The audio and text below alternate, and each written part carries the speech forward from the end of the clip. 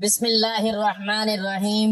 حضرت محمد صلی اللہ علیہ وآلہ وسلم نے بتایا شب بارات کی نماز کا مکمل طریقہ۔ حدیث مبارکہ کی روشنی میں محترم ناظرین، شب بارات جسے لیلۃ النصف من شعبان کہا جاتا ہے، وہ بابرکت رات ہے جس کے بارے میں امت مسلمہ کے دلوں میں صدیوں سے عقیدت، امید، خوف خدا اور رجوع اللہ کی کیفیت پائی جاتی ہے۔ یہ وہ رات ہے جس میں اللہ تعالیٰ اپنی شان رحیمی کے ساتھ بندوں کی طرف متوجہ ہوتے ہیں، گناہوں کی بخشش کے دروازے کھول دیے جاتے ہیں، رزق، زندگی اور موت کے فیصلے فرشتوں کے حوالے کیے جاتے ہیں اور آسمان دنیا پر خصوصی نزول رحمت ہوتا ہے۔ یہی وجہ ہے کہ نبی کریم صلی اللہ علیہ وآلہ وسلم نے اس رات کو غفلت میں گزارنے کے بجائے عبادت، دعا، توبہ اور استغفار میں گزارنے کی ترغیب دی۔ اگرچہ آپ صلی اللہ علیہ وآلہ وسلم نے اس رات کی کوئی مخصوص فرض نماز مقرر نہیں فرمائی، لیکن نفل عبادت، قیام، دعا اور استغفار کو نہایت محبوب قرار دیا۔ قرآن کریم ہمیں بار بار یہ یاد دلاتا ہے کہ اللہ تعالیٰ کی رحمت وسیع ہے اور وہ اپنے بندوں کی طرف پلٹنے والوں کو بے حد پسند فرماتا ہے۔ اللہ تعالیٰ ارشاد فرماتے ہیں، قُلْ يَا عِبَادِيَ الَّذِينَ أَسْرَفُوا عَلَىٰ أَنفُسِهِمْ لَا تَقْنَطُوا مِن رَحْمَةِ اللَّهِ إِنَّ اللَّهَ يَغْفِرُ الذُّنُوبَ جَمِيعًا۔ یہ آیت شب بارات کی روح کو مکمل طور پر واضح کر دیتی ہے کہ گناہوں میں ڈوبا ہوا انسان بھی اگر سچی توبہ کر لے تو اللہ تعالیٰ سب گناہ معاف فرما دیتے ہیں۔ شب بارات دراصل اسی رجوع، اسی امید اور اسی توبہ کا نام ہے، اور ہماری آج کی ویڈیو بھی حضرت محمد صلی اللہ علیہ وآلہ وسلم کے فرمان کے مطابق شب بارات کی نماز کی مکمل طریقہ کار کے بارے میں ہے، جس میں آپ کو حدیث کی روشنی میں شب بارات کی اہمیت و فضیلت اور اس رات میں کیے جانے والی عبادات کے بارے میں بتایا جائے گا۔ تو آپ سے گزارش ہے کہ اس رات کی نماز کا مکمل طریقہ کار جاننے کے لیے ویڈیو کو آخر تک لازمی دیکھیے گا۔ ناظرین، اس رات کے بارے میں سب سے اہم بات یہ سمجھنا ضروری ہے کہ نبی کریم صلی اللہ علیہ وآلہ وسلم نے اس رات کو کس طرح گزارا، کیونکہ دین میں اصل معیار نبی صلی اللہ علیہ وآلہ وسلم کا عمل ہے۔ آپ صلی اللہ علیہ وآلہ وسلم نے اس رات کو عبادت، دعا، استغفار اور اللہ کے حضور عاجزی کے ساتھ گزارا۔ حضرت عائشہ رضی اللہ تعالی عنہا بیان فرماتی ہیں، میں نے ایک رات نبی کریم صلی اللہ علیہ وآلہ وسلم کو بستر پر نہ پایا۔ میں تلاش میں نکلی تو آپ جنت البقیع میں تشریف فرما تھے، آسمان کی طرف سر اٹھائے دعا کر رہے تھے۔ یہ روایت واضح کرتی ہے کہ نبی کریم صلی اللہ علیہ وآلہ وسلم اس رات عبادت میں مشغول ہوتے، دعا اور استغفار فرماتے، امت کے لیے رحمت اور مغفرت مانگتے۔ نبی کریم صلی اللہ علیہ وآلہ وسلم نے فرمایا، اللہ تعالیٰ شعبان کی 15ویں رات اپنی مخلوق پر نظر رحمت فرماتا ہے اور مشرک اور کینہ رکھنے والے کے سوا سب کو معاف فرما دیتا ہے۔ یہ حدیث بتاتی ہے کہ نبی صلی اللہ علیہ وآلہ وسلم اس رات کو مغفرت کی رات کے طور پر دیکھتے تھے، نہ کہ رسم یا جشن کے طور پر۔ صحابہ کرام رضی اللہ تعالیٰ عنہ دین کو نبی کریم صلی اللہ علیہ وآلہ وسلم سے سیکھنے والے اور اس پر عمل کرنے والے تھے۔ ان کا طرز عبادت انتہائی سادہ، خالص اور بدعت سے پاک تھا۔ صحابہ رضی اللہ تعالیٰ عنہ گھروں میں انفرادی نفل نماز ادا کرتے، قرآن کی تلاوت کرتے، استغفار اور توبہ کرتے، دنیاوی مشاغل سے کنارہ کش ہو جاتے۔ کہیں سے یہ ثابت نہیں کہ صحابہ رضی اللہ تعالیٰ عنہ نے شب بارات میں اجتماعی نماز باقاعدہ قائم کی، مخصوص تعداد میں رکعات مقرر کی، چراغاں یا جشن منایا۔ حضرت عبداللہ بن عمر رضی اللہ تعالیٰ عنہ کا معمول تھا کہ وہ راتوں میں قیام کرتے، لوگوں کو نصیحت کرتے کہ دل صاف کرو، کینہ نکالو۔ یہی شب بارات کا اصل پیغام ہے۔ احادیث مبارکہ میں نبی کریم صلی اللہ علیہ وآلہ وسلم نے اس رات کی خصوصی فضیلت بیان فرمائی۔ حضرت عائشہ رضی اللہ تعالی عنہا سے روایت ہے کہ ایک رات میں نے نبی کریم صلی اللہ علیہ وآلہ وسلم کو اپنے بستر پر نہ پایا۔ میں تلاش میں نکلی تو آپ صلی اللہ علیہ وآلہ وسلم جنت البقیع میں تشریف فرما تھے۔ آپ صلی اللہ علیہ وآلہ وسلم نے فرمایا، اللہ تعالیٰ شعبان کی 15ویں رات آسمان دنیا پر نزول فرماتا ہے اور قبیلہ کلب کی بکریوں کے بالوں سے بھی زیادہ لوگوں کو بخش دیتا ہے۔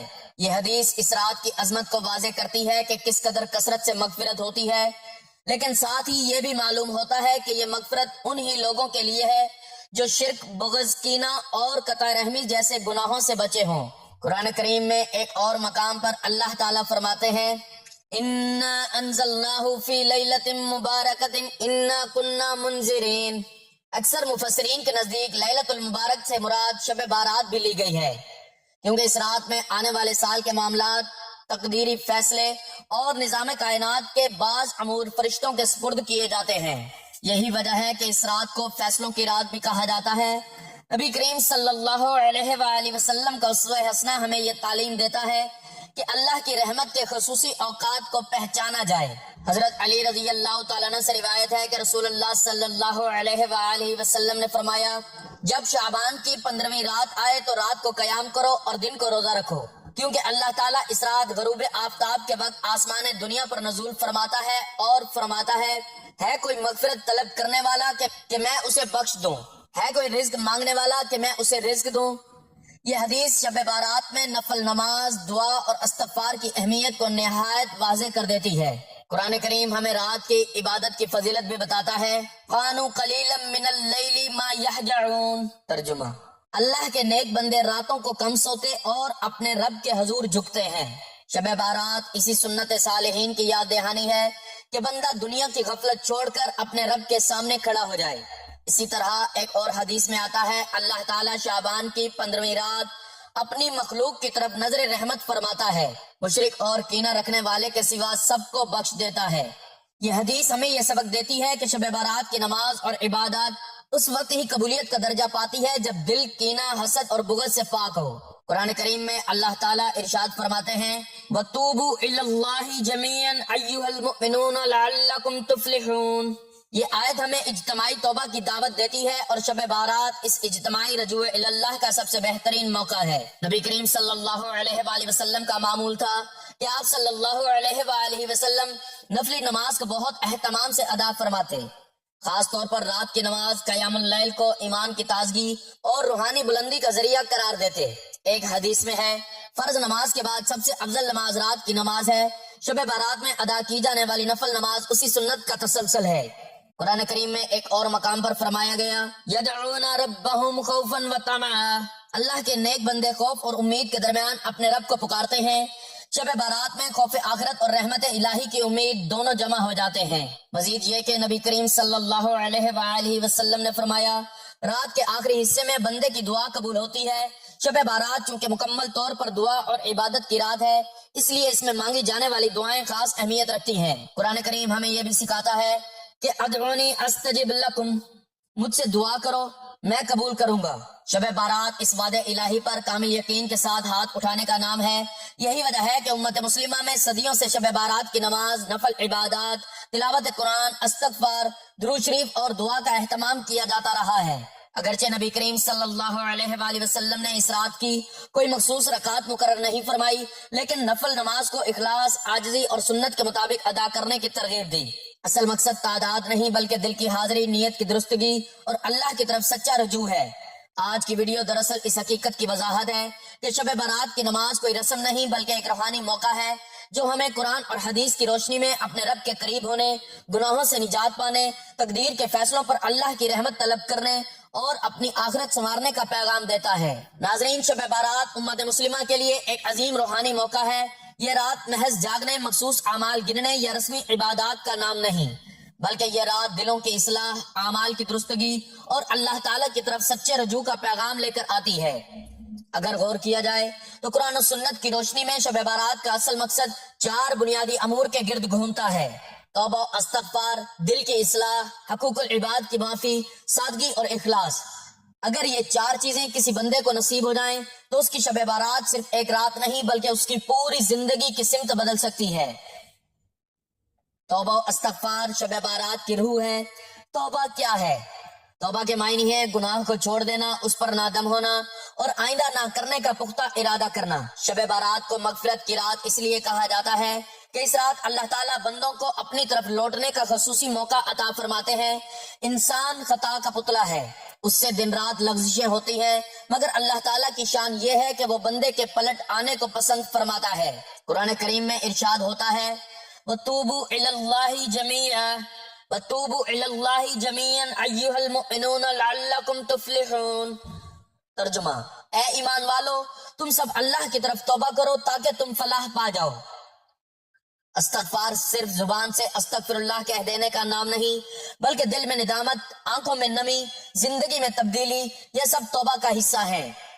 نبی کریم صلی اللہ علیہ وآلہ وسلم خود دن میں 70 سے زیادہ مرتبہ استغفار فرمایا کرتے تھے، حالانکہ آپ صلی اللہ علیہ وآلہ وسلم معصوم تھے۔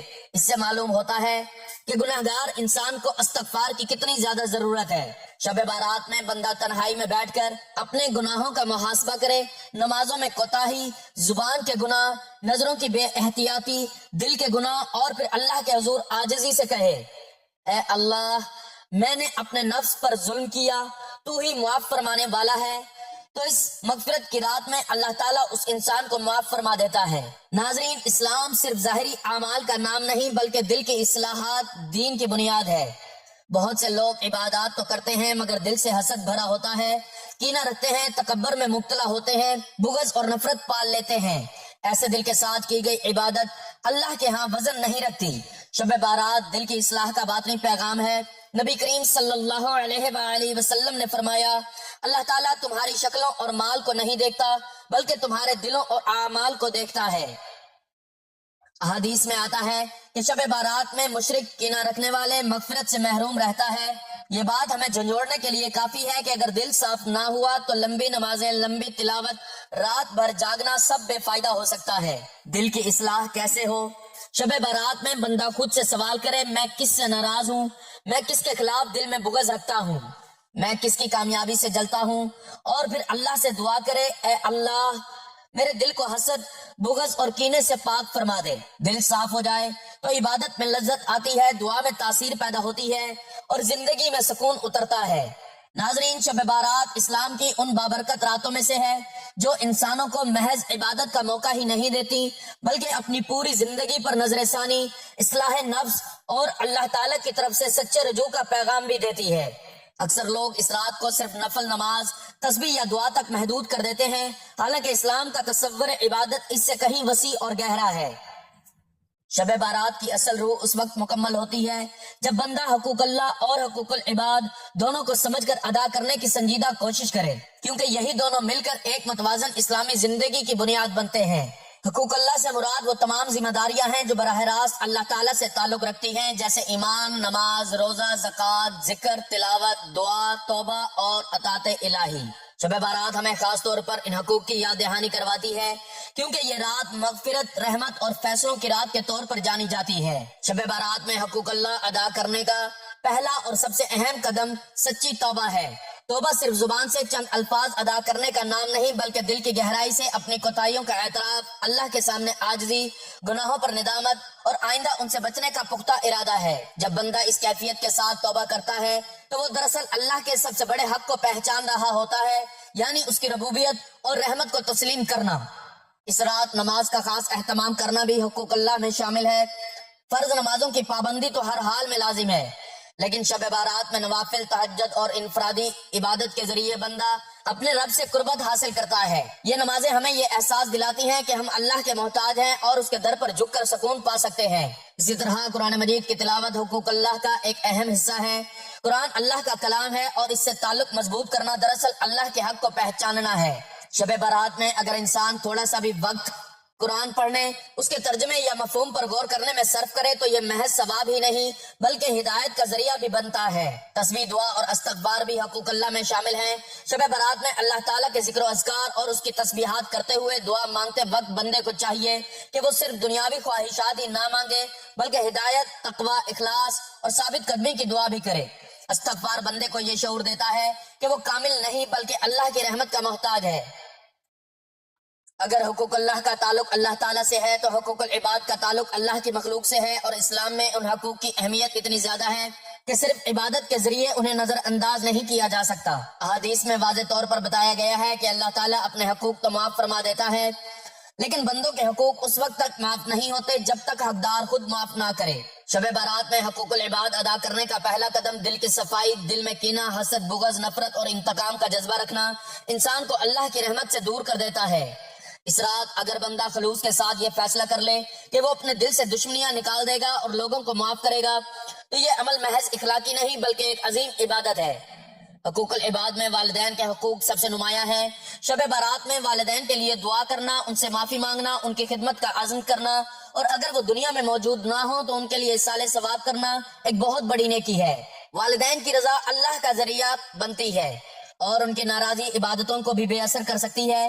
اسی طرح بیوی، شوہر اور بچوں کے حقوق بھی انتہائی اہم ہیں۔ گھریلو ناانصافیاں، سخت کلامی، بدسلوکی اور غفلت وہ چیزیں ہیں جو بظاہر عبادت گزار انسان کو بھی اللہ کے نزدیک جواب دہ بنا سکتی ہیں۔ شب بارات اس بات کا موقع دیتی ہے کہ انسان اپنے گھر کے ماحول کا جائزہ لے اور اپنے رویے کی اصلاح کا فیصلہ کرے۔ حقوق العباد میں مالی حقوق کی ادائیگی بھی شامل ہے۔ کسی کا قرض دبائے رکھنا، ناجائز منافع، دھوکہ دہی، ملازم کی اجرت روکنا یا وراثت میں ناانصافی کرنا ایسے گناہ ہیں جو محض نفل عبادت سے معاف نہیں ہوتے۔ شب برات میں اگر انسان یہ نیت کر لے کہ وہ قرض ادا کرے گا، حق واپس کرے گا یا کم از کم اس کی سنجیدہ کوشش کرے گا تو یہی نیت اس کی اصلاح کا آغاز بن سکتی ہے۔ رشتہ داروں، پڑوسیوں اور معاشرے کے دیگر افراد کے حقوق بھی بہت اہم ہیں۔ قطع تعلقی، بد زبانی، غیبت اور بہتان وہ چیزیں ہیں جو نیکیوں کو ضائع کر دیتی ہیں۔ شب بارات میں صلح رحمی کا عزم، ناراض رشتہ داروں سے رابطہ اور تعلقات کی بحالی کی کوشش حقوق العباد کی ادائیگی کا عملی راستہ ہے۔ اسلام ہمیں یہ نہیں سکھاتا کہ صرف عبادت کر کے ہم انسانوں کے حقوق نظر انداز کر دیں اور نہ ہی یہ کہ صرف سماجی خدمت کر کے عبادت سے غافل ہو جائیں۔ شب بارات کا پیغام یہی ہے کہ دونوں کے درمیان توازن قائم کیا جائے۔ اگر کوئی شخص رات بھر نوافل پڑھے اور تسبیحات کرتا رہے لیکن لوگوں کو تکلیف پہنچاتا رہے تو اس کی عبادت ادھوری ہے، اور اگر صرف اخلاقیات کی بات کرے مگر اللہ سے تعلق کمزور ہو تو وہ بھی عدم توازن کا شکار ہے۔ شب بارات ہمیں یہ سکھاتی ہے کہ اصل کامیابی اسی میں ہے کہ ہم اللہ کے ساتھ اپنا تعلق مضبوط کریں اور اس کی مخلوق کے ساتھ انصاف، رحم اور حسن سلوک کا معاملہ کریں۔ یہی توازن ایک صالح معاشرے اور کامیاب آخرت کی بنیاد ہے۔ حقوق العباد کیوں اہم ہے؟ حقوق العباد وہ معاملات ہیں جن کا تعلق اللہ کے بندوں سے ہے۔ کسی کا دل دکھانا، کسی کا حق مارنا، کسی پر ظلم کرنا، کسی کی غیبت کرنا، یہ وہ گناہ ہیں جنہیں اللہ تعالیٰ اس وقت تک معاف نہیں فرماتا جب تک بندہ خود معاف نہ کرے۔ نبی کریم صلی اللہ علیہ وآلہ وسلم نے فرمایا، قیامت کے دن مفلس وہ ہوگا جو نماز، روزہ، زکوٰۃ لے کر آئے گا مگر اس نے کسی کو گالی دی ہوگی، کسی کا مال کھایا ہوگا تو اس کی نیکیاں بانٹ دی جائیں گی۔ شب بارات میں اگر بندہ صرف یہ نیت کر لے، یا اللہ میں سب کو معاف کرتا ہوں تو بھی مجھے معاف فرما دے، تو یہ ایک عظیم کامیابی ہے۔ ناظرین، انسان کی سادگی اور اخلاص عبادت کی جان ہوتی ہے۔ نبی کریم صلی اللہ علیہ وآلہ وسلم اور صحابہ کرام رضی اللہ تعالیٰ عنہ کی عبادت سادہ تھی، دکھاوے سے پاک تھی، ریا سے محفوظ تھی۔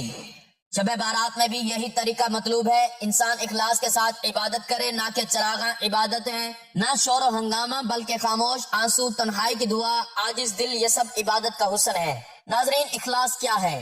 اخلاص کا مطلب ہے ہر عمل صرف اللہ کے لیے کرنا، نہ لوگوں کو دکھانے کے لیے، نہ تعریف کے لیے۔ قرآن کریم میں فرمایا گیا، ان کو حکم نہیں دیا گیا مگر یہ کہ اللہ کی عبادت کریں خالص اسی کے لیے۔ شب برات میں اخلاص کی پہچان یہ ہے کہ بندہ عبادت چھپ کر کرے، دل اللہ سے جڑا ہوا ہو، لوگوں کی نظر کی پرواہ نہ ہو۔ اگر اس طرح عبادت کی جائے تو سمجھ لیں اخلاص نصیب ہو رہا ہے۔ بعض اوقات 2 رکعت نفل، ایک سچی دعا، ایک آنسو اللہ کے ہاں ہزاروں رکعت سے بھی زیادہ قیمتی ہو جاتے ہیں۔ محترم ناظرین، وقت کی نزاکت کو مد نظر رکھتے ہوئے چلتے ہیں آج کی ویڈیو کی جانب، جس میں آپ کو حدیث پاک کی روشنی میں شب برات کی عبادت، شب برات کی نفل نماز کا مکمل طریقہ کار بتائیں گے۔ اس نماز کا صحیح طریقہ کیا ہے اور نفل نماز کے بارے میں ہمارے پیارے آقا صلی اللہ علیہ وآلہ وسلم نے کیا فرمایا، تو وقت کو مختصر کرتے ہوئے بڑی پیاری حدیث مبارکہ بتاتے ہیں کہ حضرت سیدنا علی رضی اللہ تعالیٰ عنہ فرماتے ہیں، میں نے رسول اللہ صلی اللہ علیہ وآلہ وسلم کو شب بارات میں کھڑے ہوئے دیکھا۔ آپ صلی اللہ علیہ وآلہ وسلم نے 14 رکعت نماز ادا فرمائی، نماز سے فارغ ہونے کے بعد بیٹھ گئے۔ آپ صلی اللہ علیہ وآلہ وسلم نے 14 مرتبہ سورۃ فاتحہ، 14 مرتبہ سورۃ اخلاص، 14 مرتبہ سورۃ الفلق اور 14 مرتبہ سورۃ الناس اور 1 مرتبہ آیت الکرسی پڑھی اور 1 بار 1 آیت پڑھی۔ جب آپ صلی اللہ علیہ وآلہ وسلم نماز سے فارغ ہوئے تو میں نے آپ صلی اللہ علیہ وآلہ وسلم کو جو کچھ کرتے دیکھا اس کے بارے میں پوچھا۔ آپ صلی اللہ علیہ وآلہ وسلم نے فرمایا، جو اس طرح عمل کرے گا جو تم نے دیکھا تو اس کے لیے 20 مقبول حج اور 20 سال کے مقبول روزوں کا ثواب ہوگا، اور اگر دن کی صبح وہ روزے کی حالت میں ہو تو اس کے لیے 2 سال کے روزوں کا ثواب ہے۔ ایک گزشتہ سال کے اور ایک آئندہ سال کے۔ تو پیارے آقا صلی اللہ علیہ وآلہ وسلم کا یہ فرمان ہم نے سنا۔ اب نفل نماز کا طریقہ کیا ہے وہ سمجھ لیں۔ اب جن کو سمجھ نہیں آئی تو وہ ویڈیو کو آگے دیکھتے رہیں، جن کو سمجھ آ چکی ہے وہ اس رات میں یہ نفل نماز ادا کریں۔ ہم نے شب بارات میں 14 رکعت نفل نماز ادا کرنی ہے۔ ناظرین، یہ نماز آپ 2 رکعت کر کے بھی ادا کر سکتے ہیں، یا 3 مرتبہ 4 رکعت نوافل ادا کر کے آخر میں 2 نفل ادا کر کے تعداد مکمل کر سکتے ہیں۔ سب سے پہلے آپ نے نیت کرنی ہے۔ نیت کیا کرنی ہے، اس کے اندر کیا پڑھنا ہے؟ نیت دل کے ارادے کا نام ہے، زبان سے الفاظ ادا کرنا ضروری نہیں ہے۔ جب آپ یہ ویڈیو دیکھیں گے تو اس کے بعد آپ نے شب بارات میں ان 14 رکعت نوافل کو ادا کرنا ہے، تو آپ کے دل کے اندر ارادہ موجود ہو کہ میں یہ 14 رکعت نماز نفل ادا کرنے لگا ہوں یا کرنے لگی ہوں، تو یہ سمجھ لیں کہ نیت جو ہے وہ دل کے ارادے کا نام ہے۔ دل میں نیت کریں، میں اللہ تعالیٰ کی رضا کے لیے شب برات کی نفل نماز ادا کرتا ہوں۔ زبان سے نیت ضروری نہیں۔ نیت کرنے کے بعد آپ نے ہر رکعت میں سب سے پہلے سورۃ الفاتحہ پڑھنی ہے، اور اس کے بعد کوئی بھی سورت آپ پڑھ سکتے ہیں۔ 3 بار سورۃ اخلاص پڑھ لیں، یا 3 بار سورۃ الکوثر پڑھ لیں، یا کوئی اور سورت جو آپ کو اچھی طرح آتی ہو آپ وہ پڑھ لیں۔ اس کے بعد آپ نے رکوع و سجود کرنا ہے، اور پھر نماز کی طرح سلام پھیر دینا ہے۔ آپ نے 14 رکعت کی تعداد مکمل کرنی ہے۔ یہ 14 رکعت پڑھنے کے بعد آپ نے جائے نماز پر بیٹھے رہنا ہے، اور سب سے پہلے 14 مرتبہ سورۃ فاتحہ پڑھنی ہے۔ بسم اللہ الرحمن الرحیم، الحمد للہ رب العالمین، الرحمن الرحیم، مالک یوم الدین، ایاک نعبد و ایاک نستعین، اہدنا الصراط المستقیم، صراط الذین انعمت علیہم غیر المغضوب علیہم ولا الضالین، آمین۔ اس کے بعد 14 مرتبہ سورۃ الاخلاص پڑھ لیں۔ بسم اللہ الرحمن الرحیم، قل هو اللہ احد اللہ الصمد لم یلد ولم یولد ولم یکن لہ کفوا احد۔ پھر 14 مرتبہ سورۃ الفلق پڑھ لیں۔ بسم اللہ الرحمن الرحیم، قل اعوذ برب الفلق من شر ما خلق ومن شر غاسق اذا وقب ومن شر النفاثات في العقد ومن شر حاسد اذا حسد۔ اور پھر 14 مرتبہ سورۃ الناس پڑھ لیں۔ بسم اللہ الرحمن الرحیم، قل اعوذ برب الناس ملک الناس الہ الناس من شر الوسواس الخناس الذی یوسوس فی صدور الناس من الجنۃ والناس۔ اس کے بعد 1 مرتبہ آیت الکرسی۔ اللہ لا الہ الا هو الحی القیوم لا تأخذہ سنۃ ولا نوم لہ ما فی السماوات وما فی الارض من ذا الذی یشفع عنده الا بإذنہ یعلم ما بین ایدیہم وما خلفہم ولا یحیطون بشیء من علمہ الا بما شاء وسع کرسیہ السماوات والارض ولا یؤودہ حفظہما وہو العلی العظیم۔ اس کے بعد یہ آیت پڑھ لینی ہے۔ لقد جاءکم رسول من انفسکم عزیز علیہ ما عنتم حریص علیکم بالمؤمنین رؤوف الرحیم۔ بس اتنا سا عمل ہے۔ پیارے آقا صلی اللہ علیہ وآلہ وسلم کا جو فرمان ہم نے سنا کہ 20 مقبول حج، اس کا مفہوم کچھ یوں ہے کہ 20 مقبول حج اور 20 سال کے مقبول روزوں کا ثواب ملے گا، اور اگر اس دن کی صبح وہ روزے کی حالت میں ہو تو اس کے لیے 2 سال کے روزوں کا ثواب بھی ہے، ایک گزشتہ سال کے اور ایک آئندہ سال کے۔ تو آپ نے پوری کوشش کر کے دیگر اعمال کے ساتھ ساتھ شب بارات میں یہ 14 رکعت نماز نفل بھی لازمی ادا کر لینی ہے، اور اس کے بعد آخر میں آپ نے اللہ تعالیٰ کی بارگاہ میں دعا مانگ لینی ہے۔ جو بھی آپ کی حاجات ہوں، جو بھی آپ کی مشکلات ہوں، گھریلو بے چینی، روحانی ترقی، کاروباری کامیابی، رزق کی فراوانی، خوشحالی اور برکتوں کے حصول کے لیے اللہ تعالیٰ کی بارگاہ میں رو رو کر گڑ گڑا کر انشاءاللہ اس نفل نماز کے صدقے اور اس رات میں کیے جانے والے ان اذکار کے صدقے اللہ تعالیٰ آپ کی تمام خواہشات اور حاجات کو پورا فرمائے گا۔ ناظرین، شب بارات ہمیں یہ سبق دیتی ہے کہ اصل کامیابی تعداد میں نہیں، اصل کامیابی ظاہری رسموں میں نہیں، اصل کامیابی دل کی تبدیلی میں ہے۔ اگر اس رات توبہ سچی ہو جائے، دل صاف ہو جائے، بندوں کو معاف کر دیا جائے، عبادت خالص ہو جائے، تو یہی شب بارات قبولیت کی سند بن جاتی ہے۔